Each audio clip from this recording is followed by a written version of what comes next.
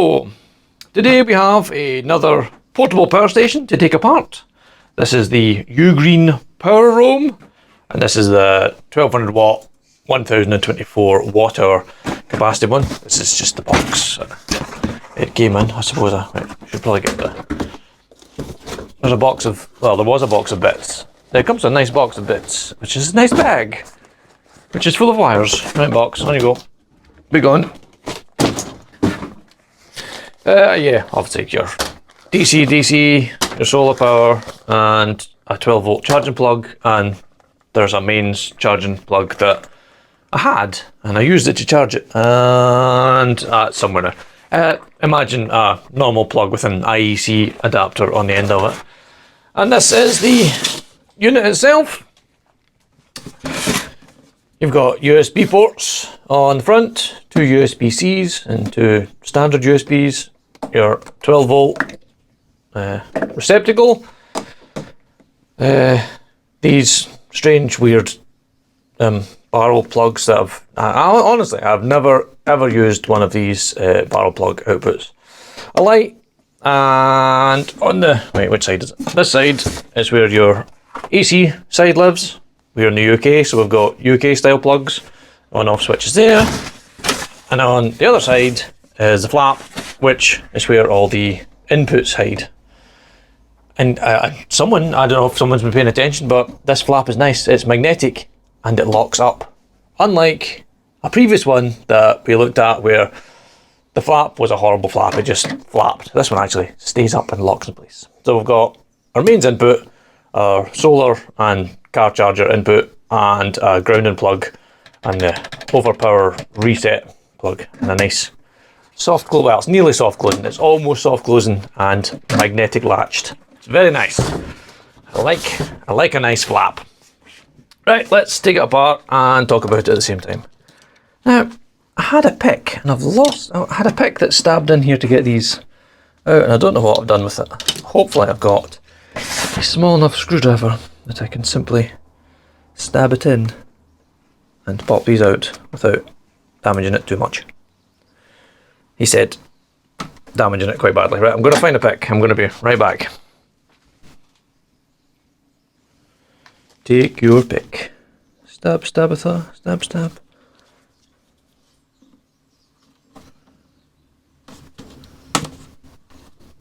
Also try not to stab me. Like, which is the best way to get this out?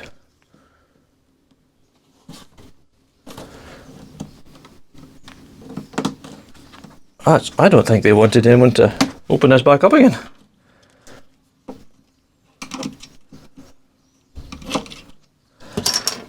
Excellent. Right. That's not so bad. Just needs a slight stab and a poke.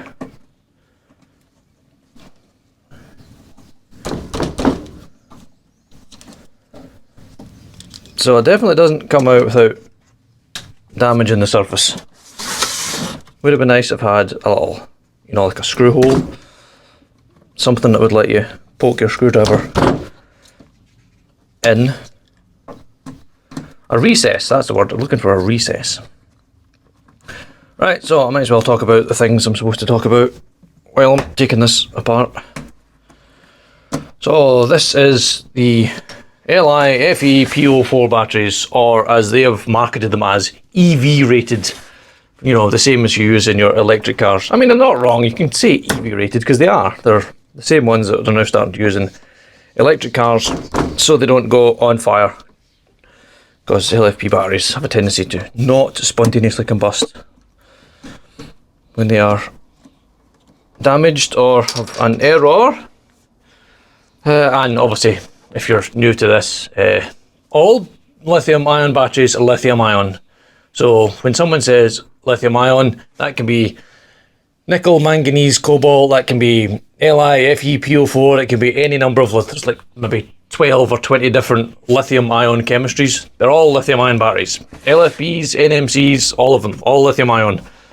So when you're not getting it wrong when somebody says, oh, they're not lithium ion, they're LFPs. They're all lithium ion batteries. So that's that. But this is LFPs on here, and we'll hopefully get to see inside and see the said batteries.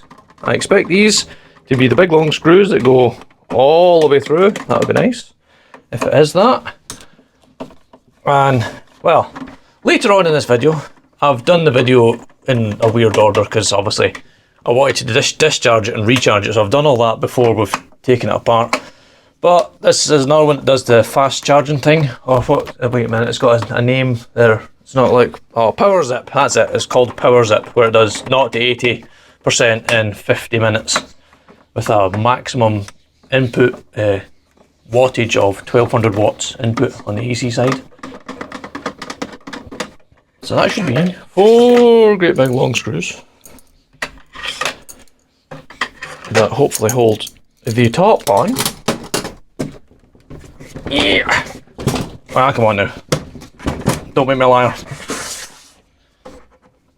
Am I going to need a little screwdriver? So it must be, yes, screws and clips. There we go. Come on. One clip. That's us. Doo-doo.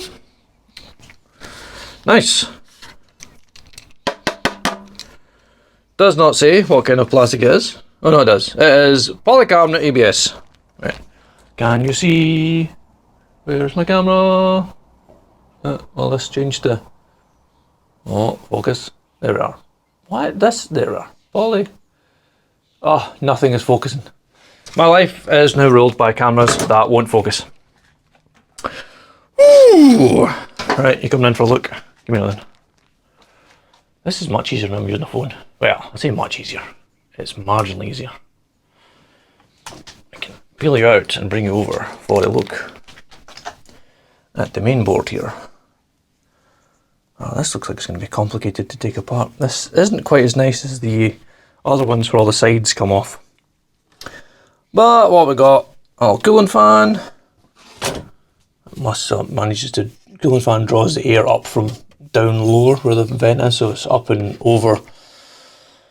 And then through, and then another fan. Well, actually, I don't know which way it goes. It might be in this side and out that side for all I know.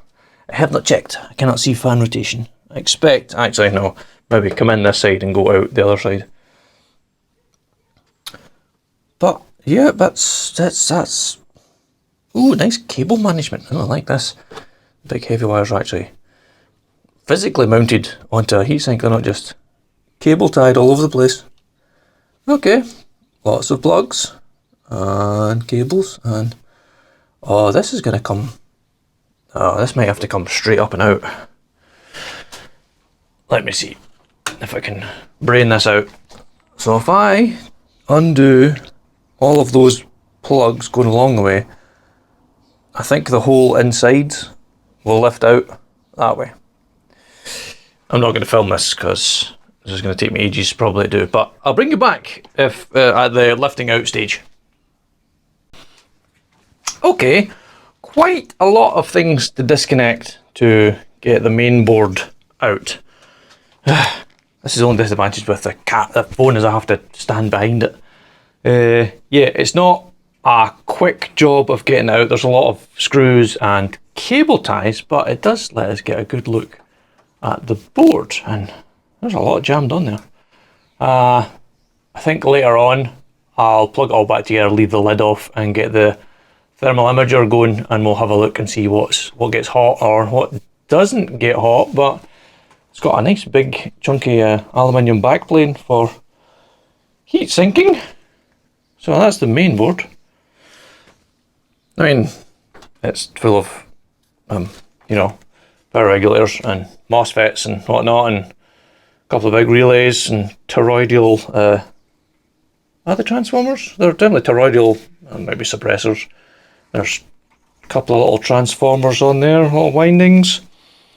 I'm gonna hazard a guess that that's either a BMS board, that one, or it's for the Wi-Fi and the Bluetooth, etc. Because this has got Bluetooth and wireless, because you can connect it. I'll need to read the manual better, but it's got a button on it that says Internet of Things. Right, so that gets that bit off, and then we've got another plastic shield. I was hoping this whole thing would just lift out, but I don't think it does, or either I'm not strong enough to lift it out in a 180. So there's more screws. So I'll take those screws out and then see how much further down that gets us. Right, 8 screws gets this tray out of the way, and you can take it out without undoing any other stuff if you can just wangle it round all the bits. And I found a cable tie I haven't got. It's just one of the fan ones. Right, that gets that off. And that's just another. Get off. A plastic tray for the fans, and separates out the batteries. Right, and there they are in there. Ooh. Go on in. Go over here. Here we go. So that definitely looks like a battery management board. That's a lot of heat sinking, hence obviously the fans and the cooling and the whatnots. Right, okay. Oh, and we can see the other sideboard. Sideboard? It's not a sideboard. The board for the control panel, the outside controls. That one. Control panel.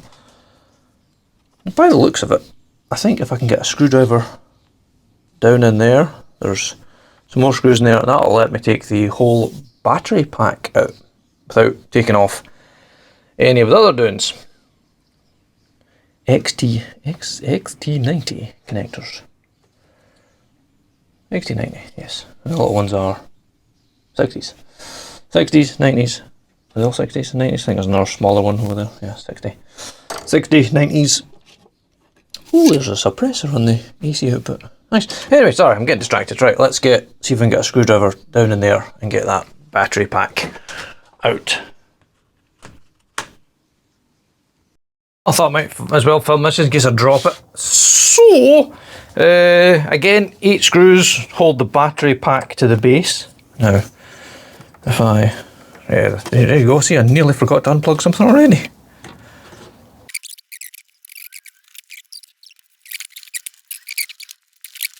Right, I'm going to fight with this for a few minutes and I'll bring you back when I get it out.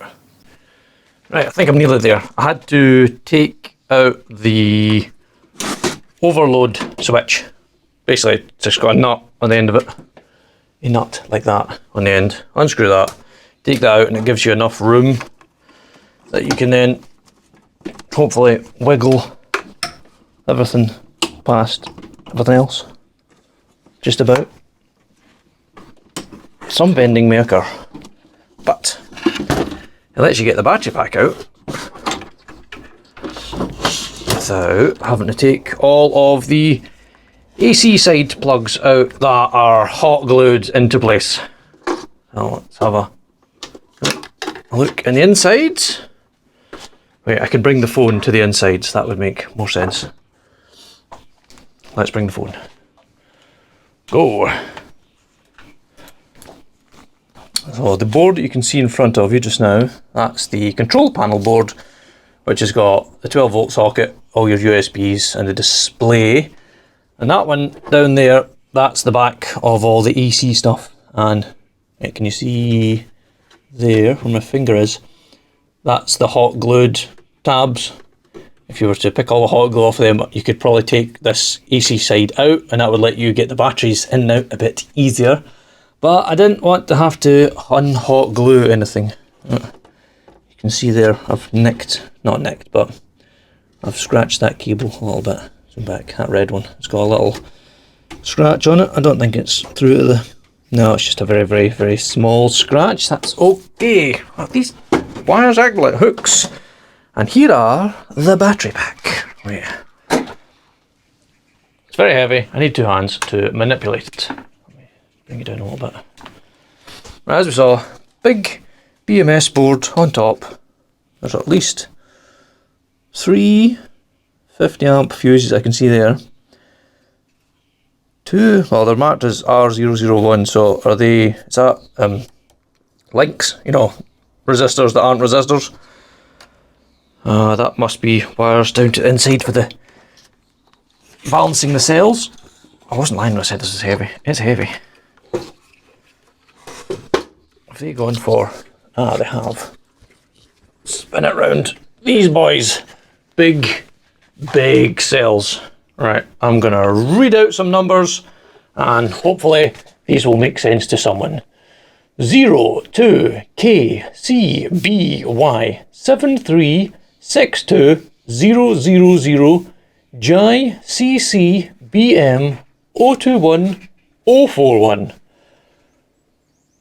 And they all have the same, well, apart from the last few digits, which I presume is a serial number, the first bit's all the same, the 02 KC BY 736 200 J. And there's 1, 2, 3, 4, 5, 6, and balls. 6, 3, 6, 18. There's 18 in total. 3 by 6. I can see the circuit board, but you can barely just see through the thing in the circuit board. Oh, this is heavy. What does the whole thing weigh? Like 12 kilos or something like that? 12 odd kilos. Oh. Interesting to see that they're using their, well, they obviously had it screen printed. They must be using their own battery packs, not like one of the other ones that look like they were just using a proprietary battery pack that obviously you can just order and then put it in whatever you want. We've got the actual own in-house made stuff. And again, this box is polycarbonate ABS again, all marked with the Ugreen logo. So someone's put a bit of effort into this. Oh, right. Well, I suppose what I should do now is put it all back together again. Yeah, I'm not going to make you watch me put it all back together. Then we'll put it back together and do a few tests. And then I think we'll run it with the lid off and get the thermal imager and see what it's heating up and cooling down, like I said before. One last thing that I noticed before we put it back together. Let me zoom in. Yeah, see that little tab there? Can you read it upside down? Water detection. So it's got a little water detector tab in there. I imagine it changes colour once it gets wet. So they obviously know if you accidentally submerge your power supply, they're gonna know about it. I wonder if there's any other ones. I haven't seen any others stuck to anything else. What was the one? There was one that we took apart. It had one of those tabs on everything basically. So if it got wet in any way, shape or form, they would know about it. Right, I'm gonna put this back together. Okay, I think I've plugged everything in. I have a tendency to miss one or two things out, but let's see, let's turn it on. Fans work. Battery says it's okay. No beeping. Incidentally, I did, when you plug the front panel on, I didn't have anything else plugged on. It ran its self-diagnostic and started beeping at me because there wasn't anything plugged in, which is nice because one of the other power stations I had, I missed a plug out and it didn't care.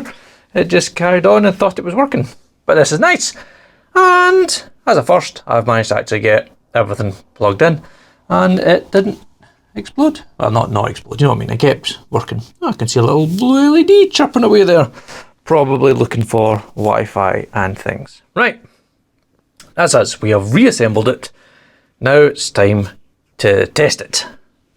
Right, this was the capacity test where I've had my power meter plugged in, my incandescent high power light plugged in to this. 0.8 kilowatt hours. That doesn't seem right, does it? That's not even 1 kilowatt hour. Oh no, wait, that would be right. It is only 1,000 watt hour. We're talking nonsense. So 0.8 kilowatt hours, and it should be dead, or as good as dead. Yes, 0%. Right, so that's 0. I'm going to move this light out of the way a minute. Yes, it's beeping to tell me that the battery has 0. As we said, I'm sure it says on it. Right, where's the thing? Of course, it's on the bottom.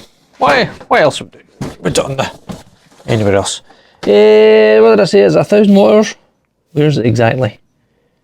Battery. Yes, 1,000 watt hours. We got 800 watt hours. But again, these things are all temperature dependent, and it's very warm in the workshop yesterday. It was like 25, 30 degrees in the workshop. So getting 800 watt hours is probably about right. Can you see? Go 800 watt hours.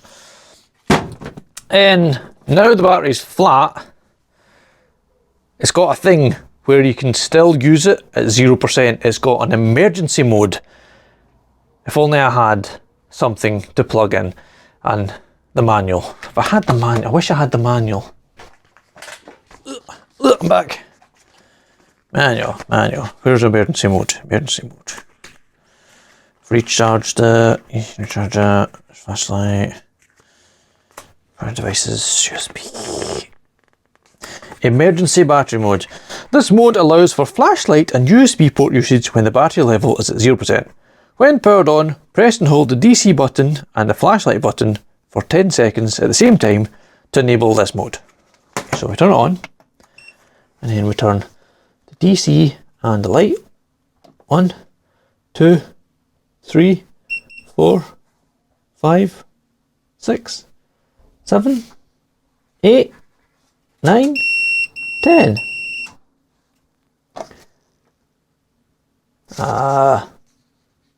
Does it turn them on?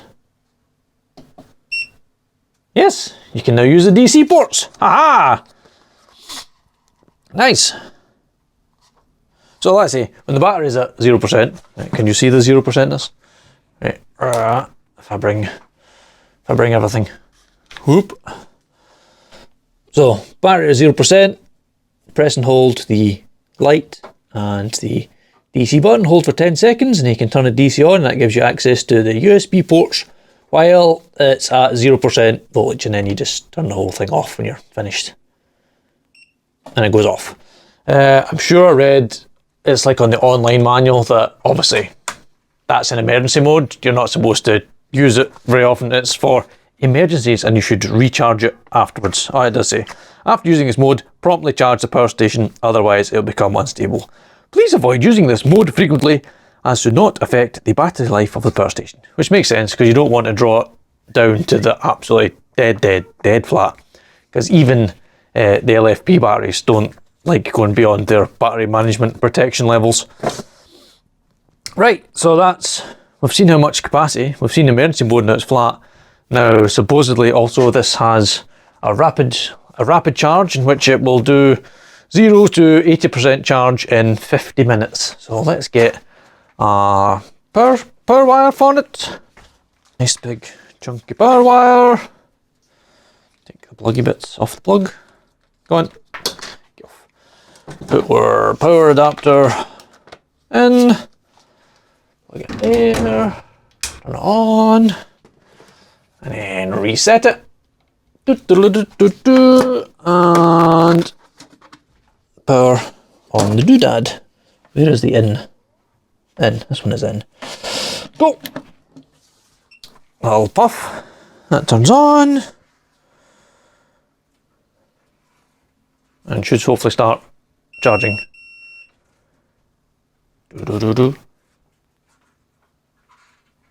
I think can I hear the merest hint of a fan?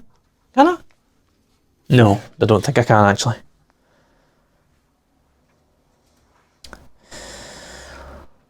I'm going to hazard a guess that it won't do the massive input right from 0%, as obviously it needs to get the batteries up and running a bit. What's supposed to charge at? What have we got? It doesn't say what its charging rate is. It just says 0 to 80 in 50 minutes.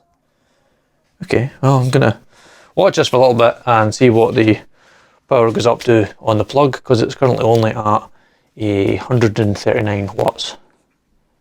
Boop. 138 watts it's doing at the moment. 138 on the wall and 100 and...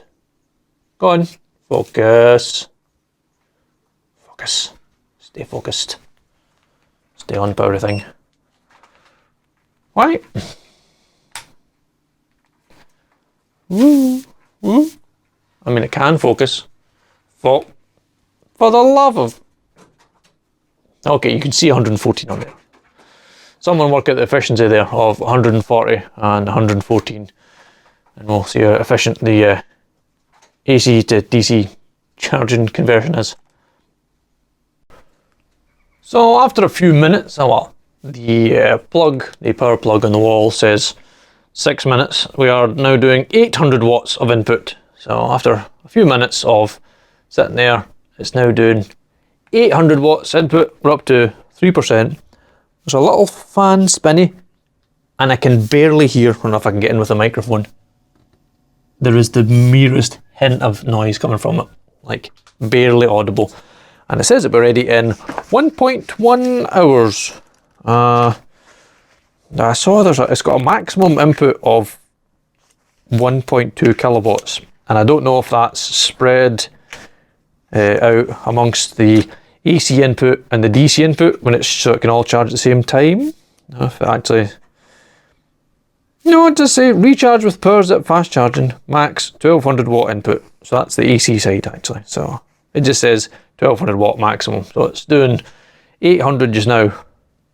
So I presume it'll get more as the power goes up. Oh, we're at 4% already, so it says an hour till it's charged. I imagine, well, I'll stand here and wait for it to do it and bring you back if it changes again. Right, let's look at the capacity from the plug thing. I wonder if, will 5 times zoom even keep us going? 5. There. So its maximum that it managed to hit was 1.1 kilowatts. Let's see. Another one. 1.2 kilowatt hours. So it took 1.2 kilowatt hours to charge it. Okay, so that's its capacity is 1.2 kilowatt hours. And I don't know how long it took, because I'm not going to lie, I went inside and did something else while it was charging. But that's not really important. How long it took to charge, more how long it took to do, no, how much capacity it took. And its maximum, its maximum input voltage was 1100 watts, which the book says 1200, so that's not a million miles away. Splendid. Okay, we have the Doogee S98 Pro for our thermal imaging. I mean, just to turn that on, because it's not been on in a while. Start that up. Right. So, I've mentioned it's got EV rated battery, the 50-minute fast charge. I haven't mentioned the push battery capacity. It's basically just boost mode. So 1200 watts, normal operation, and it'll go up to 2500 watts for a resistive device, say an electric heater or something with a purely resistive load. Things with an inductive load, that's a whole nother ballgame of weirdness, and the voltage and the capacitance and the amperage not quite lining up, so you have to do more. But most things will be able to power up to 2.5 kilowatts. Like, it might even start a compressor. I don't know, I need to test that. I'll need to take it down and do a compressor. Emergency mode, where you can charge things off the USB when the battery's at 0 flat. I'm not going to go into the app just now. I'm going to do the app in a separate video, because I feel like that's probably going to be a long video, and this one's long enough already, so we're not going to do the app. And the fast charging from solar, because it takes a 200 watt input on the solar, which will fully charge this in 4 hours from a 200 watt input. I think that'll probably be all the things we've covered. Now we can actually plug things in and test them. Did this actually start up in the background without me? It sure did. I'm just going to put my pin in, because the fingerprints don't work from startup, as they're not supposed to. Right, so we've got thermal imaging, so we can peer inside while it's running. And for a load, I have chosen my 2 kilowatt fan here. So 1 kilowatt on half power and 2 kilowatts at full power. Now, where will we set it so we won't melt anything? How about right here? You can't see it, but it is there. And then we will take this, and we will plug it into an AC port. Right. Power on. Turns on. Runs the fans briefly.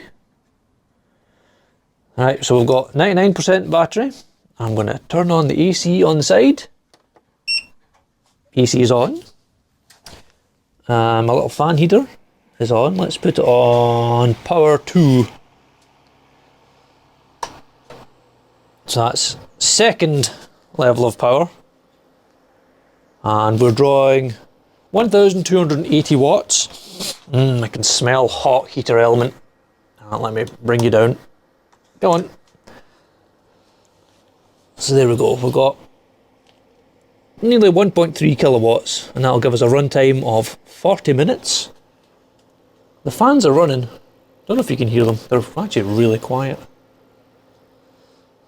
So let's let that run for a little bit. And then well, while it's running in the background, what I'll do is fish out the thermal imaging in the background. Right, so that has, well, it's rated at 1200 watts, and we're pulling nearly 1300, so we're ever so slightly over what it should be to start with. Right, thermal imaging, begin. Go. Where's the fingerprint sensor? Press finger. Right, infrared, do your thing. Doot doot doot doot doot doot. And let us, where's, is it that one? Yes. Right. We are recording. Hopefully there's some audio being captured by others. That's right. There's no point turning this phone outside because the display doesn't actually change to go with. I mean, those bits do, but what? No! Get back to be science. Why is it? Go. Right. Okay. We want. Is that which one's close? Close enough. Right. Well, we can see there that the bank of. Well, I presume they're the voltage regulators. They're getting warm. This board here, if we scooch all the way up to like the very edges of this board are getting warm. I don't know why. I don't know why that would be. What else have we got? Oh, we can see down below. I can see a battery, positive, negative terminals. Something's warm down there. And these capacitors. Are they hot?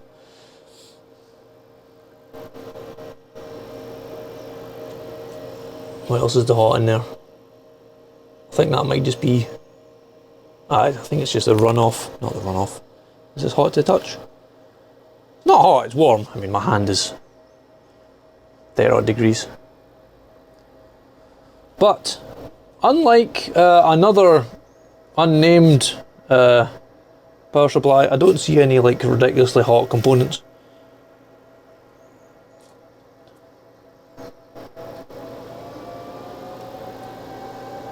For some reason, one of the other right, it's fine. The other power supply in the background decided that it was going to recharge itself mid-video. That was nice of it. Right, there's nothing burningly obvious going on. As I was about to say, on another one that we tested, there were some very, very hot resistors, and there's nothing like that on this one. I can see a little hot spot down there. There's one resistor. One down in there. See him? Oh, it's trying its best to focus. But it's showing me 25 degrees and not 100 like was on the other one. How hot's my heater, by the way? Oh, it's hot. It's very hot. Right. There's a little bit of... Is that an out? Would that be the out? I think it is. No. That's the outlet. This side's the outlet. My plug's getting hot too. Can't feel the temperature, but it's ever so slightly above. The wire's definitely hot.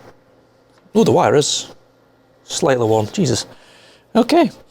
Right, so 35 minutes. Right, let's put even more load on it then. My other load, I have a halogen light. So let's plug in halogen light and see if we can take it up into its turbo heavy lifting mode. We'll just plug this light in as well. And go. Okay, the light is on. Purely by chance that I plugged the light in at the same time as the thermostat on the fan kicked in. Right, now they're both running. Again, I've turned the thermostat up. So now we should see. Wait, it's still only 1283. I mean, the fans, it's on full power. My light's on light. Oh, let me bring you down for a confirmation. Still 1300 watts. The fan's running. Well, I can't see the thing. The light's lit. So again, I'm maybe aware back to the, you can only get 2,500 watts out of one side. Right, let's see if we can get a full load. So I've put the fan heater and the light in a horrible extension thing, and we'll hopefully be able to plug this in. I'm going to have to prop it up to plug it in. Nope. Right, you sit there. Right, let's see if we can get 2.5 kilowatt out of it this time. Oh, no, these plugs are... can't. Wait, I can.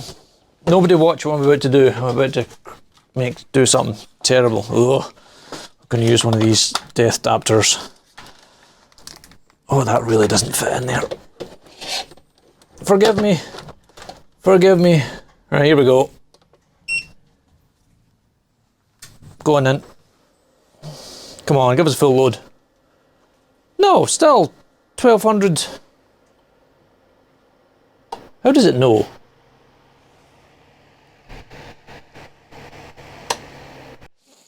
Okay, right, let's read the manual. Let's see if we can get... Where's heavy? Heavy lifting, not heavy lifting. Turbo boost mode. Do you have to turn it on? When activating U-turbo mode. U-turbo is enabled by default. Well, it's not doing it. I'm only getting 1200 watts out. So I don't know how you force U-turbo mode. Well, anyway, for us, it's not working at the moment. So, in the next video, or another video, when we're actually testing the app, I'll have a look and see if it is turned on or not turned on. But we gave it more than 2000 watts, and what it did was set at 1300. I mean, it is a 1200 watt output, but it's supposed to do a boosty thing, and it didn't do it for some reason. I don't know why. But nevertheless, it still works even after I took it apart. So that is us. Had a look inside the Ugreen 1200 watt PowerRoam. That's the word. PowerRoam portable power station. If you have any comments, questions, suggestions, please leave them down below, and I will try my best to answer them. And as always, thanks for watching.